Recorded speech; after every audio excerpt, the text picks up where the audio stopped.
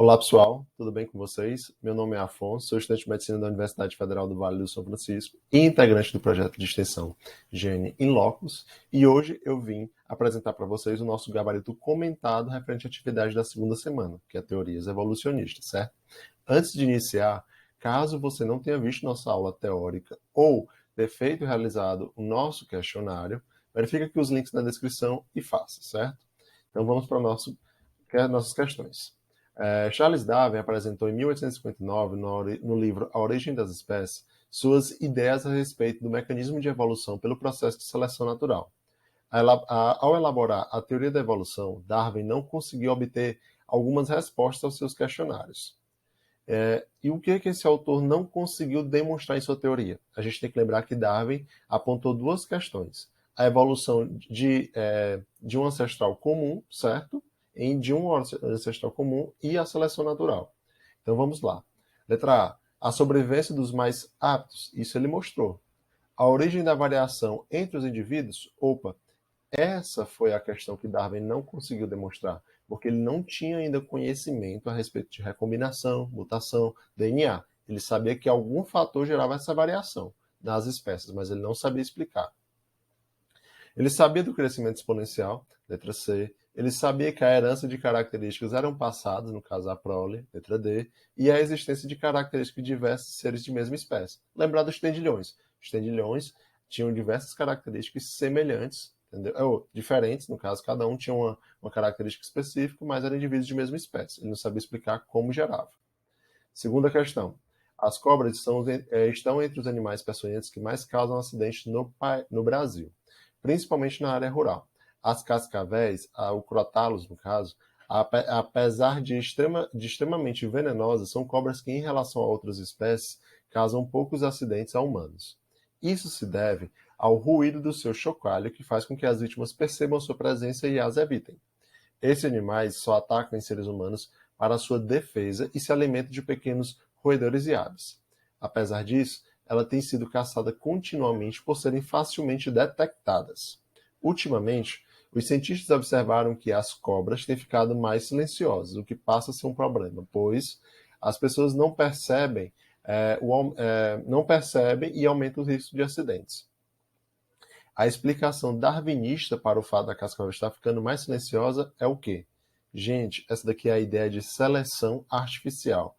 O ser humano, ele identifica aquela que está fazendo mais barulho, indiferente da que não é mais silenciosa, que não faz tanto. E ele acaba matando, eliminando aquela que faz mais barulho e selecionando aquela que não faz tanto barulho.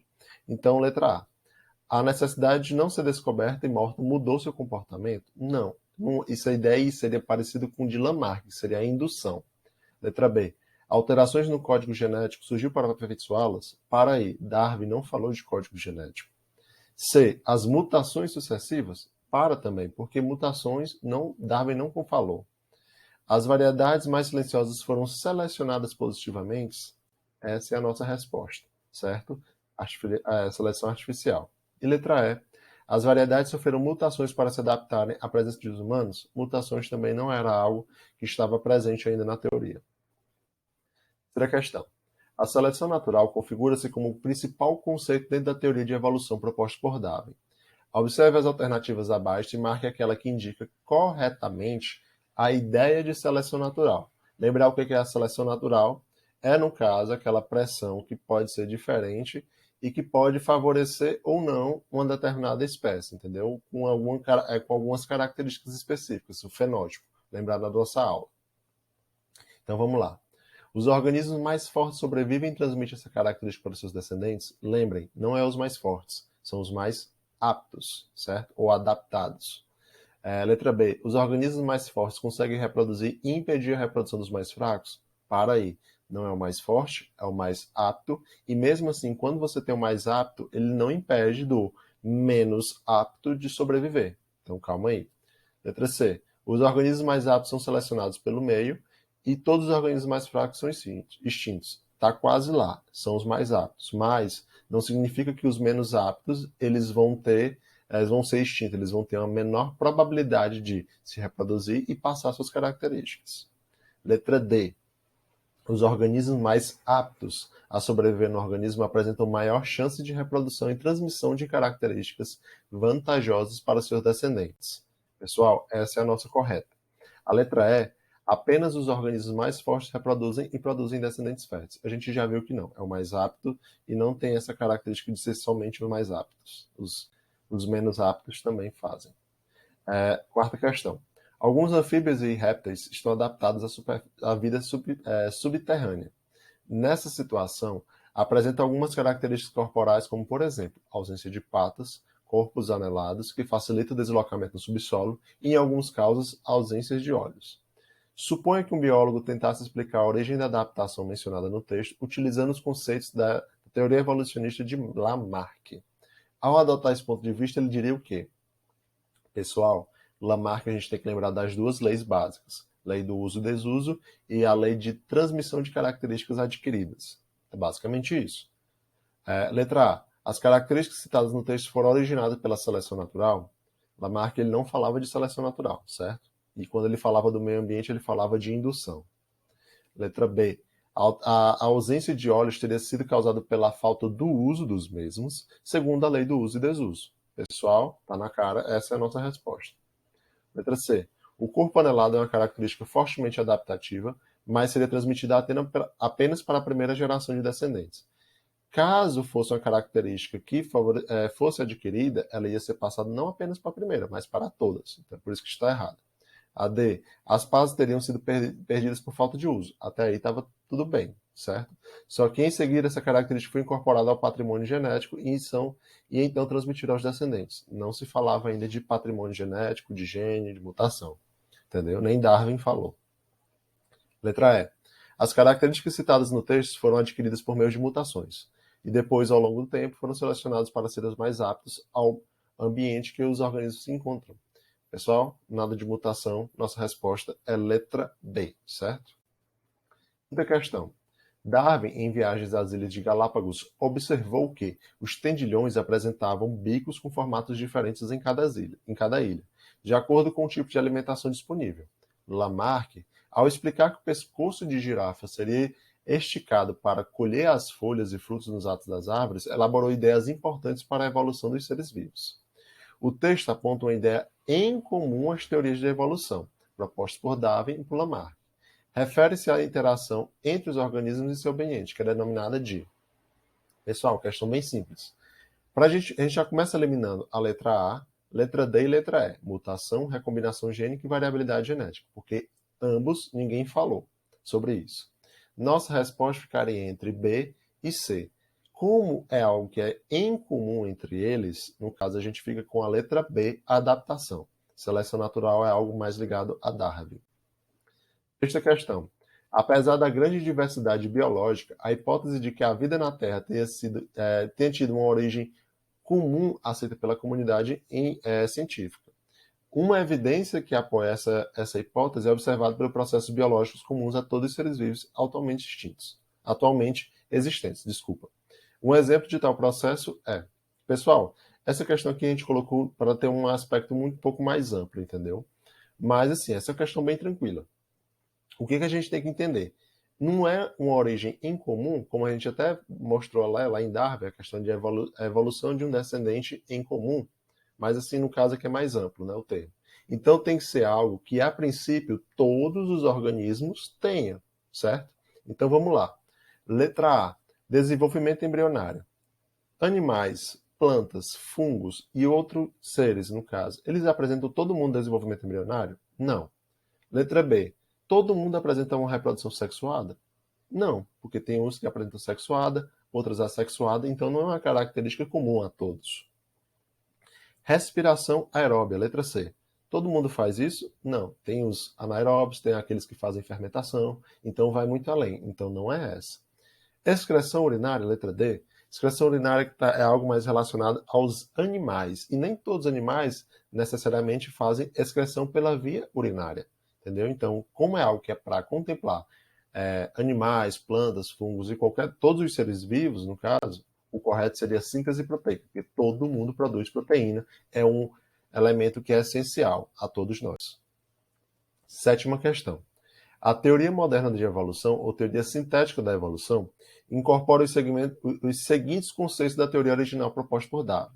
Só lembrar, a teoria, o neodarwinismo, ou teoria sintética, é o quê? É o darwinismo, com aquelas ideias básicas, ou seja, descendentes em comum, seleção natural, incorporada com os termos que a gente passou a adquirir, mutação, recombinação, entendeu? Essas características. Então vamos lá. Letra A, seleção, mutação e seleção. Seleção ele já falava. Mutação e adaptação. Adaptação ele já falava. Letra C, mutação e recombinação genética. É essa, certo? Que a gente viu lá na nossa videoaula, bem explicadinho, tem mutação, recombinação, certo? E tem outras características, pleiotropias, que podem favorecer, né? Recombinações entre cromossomos homólogos, né? Recombinação genética e seleção natural, a seleção a gente falou que já contemplava, e a letra E também, adaptação e seleção, já era contemplada. Oitava questão. Os hábitos de colocar argolas em pescoços por parte das mulheres de algumas tribos asiáticas promovem o crescimento desta estrutura, apresentando nessas comunidades um sinal de beleza. Dessa forma, temos que as crianças, filhas dessas mulheres, já nasceram com um pescoço maior, visto que essa é uma tradição secular. A afirmação acima pode ser considerada como defensora de qual teoria evolucionista? Gente, característica que foi desenvolvida através do uso, certo? E repassada, característica adquirida, repassada a prole, é quem? É Lamarck, certo? As outras alternativas, Darwin e Wallace, como a gente viu na videoaula, não contemplam. Mendel é o pai da genética, a gente ainda vai ver nas próximas aulas. E a teoria de Malthusiana, você a gente vê muito em geografia, certo? É outra teoria. A nona questão, a gente colocou mais também no sentido de uma contextualização, porque às vezes tem essas ideias que são mais amplamente aceitas de origem em comum e que são questões mais simples, que é só de interpretação. Então, questão 9 é em 2006. Considerando o esquema a seguir, assinale a alternativa correta. Então, vamos julgá-las. Vamos, né? Letra A. Quando os primeiros hominídeos apareceram na Terra, os répteis já existiam há mais de 500 milhões de anos. Pessoal, se vocês vão verificar aproximadamente quando surgiu os répteis, que é em torno de 200, 300 milhões de anos, a diferença não chega nem a 400, certo? Então a alternativa A está errada. Quando a espécie Homo sapiens surgiu no planeta, a América do Sul e a África estavam fisicamente unidas. Pessoal, se vocês forem prestar atenção entre o Paleozoico e o Mesozoico, do lado do paleograma, né, da paleogeografia, você vai verificar o quê? Que entre o Paleozoico e o Mesozoico, a Terra ainda estava na Pangeia, ou seja, os continentes estavam unidos. E até a parte que é a Cenozoica, que é onde surge o homem, no caso, essa divisão já tinha sido concretizada. Letra C. No pré-cambriano surgiram, em meio de líquidos, os primeiros vestígios de vida no planeta. Essa é a nossa resposta. No pré-cambriano, você tem ali aquelas primeiras células que estão se desenvolvendo, estão se agrupando para gerar os primeiros vestígios. E no pré-cambriano, você tem a Terra que estava se resfriando, já estava se resfriando, e aparecem os primeiros mares, os primeiros lagos, onde essas células ficam localizadas. Letra D. A fragmentação da Pangeia ocasionou o desaparecimento dos dinossauros? Não, pessoal, basta a gente ver a linha temporal. E a era mesozoica durou menos que a cenozoica. Basta a gente verificar a questão do tempo. A mesozoica, embora esteja num quadrinho menor, mas a variação de tempo dela é muito maior. Então, no caso, a cenozoica, ela seria o oposto. No caso, a cenozoica durou menos do que a mesozoica. E nossa última questão é a 10ª, que de acordo com a teoria proposta por Darwin, humanos e outros seres vivos, como a baleia, apresentam um certo grau de parentesco. Isso ocorre porque todos os organismos. Aí vamos lá. Nessa questão, você basicamente ele vai ficar com a letra A e a letra B. Processo de seleção natural e ancestral comum, porque Darwin falou esses dois aspectos. A C e a D e a E, capacidade de hereditariedade, convergência adaptativa e mutações eram algo que ainda não estavam no vocabulário de Darwin. Então, nossa questão vai ficar entre A e B. Só que como a gente está analisando uma coincidência, no caso, algumas características que apresentam um certo grau de parentesco, Aí, nesse caso, a gente não está avaliando a variabilidade proposta pelo meio ambiente, e sim a teoria proposta por Darwin naquele aspecto que a gente é descendente de um ancestral em comum. Tem características que estão presentes em todo mundo. Essas foram nossas questões, certo? Agradeço a atenção de vocês. Qualquer dúvida, estamos à disposição nos grupos, certo? E até a próxima. Qualquer dúvida, a gente tem os links na descrição. Siga nossas redes e compartilhe esse vídeo e siga nosso canal no YouTube. Muito obrigado e até a próxima.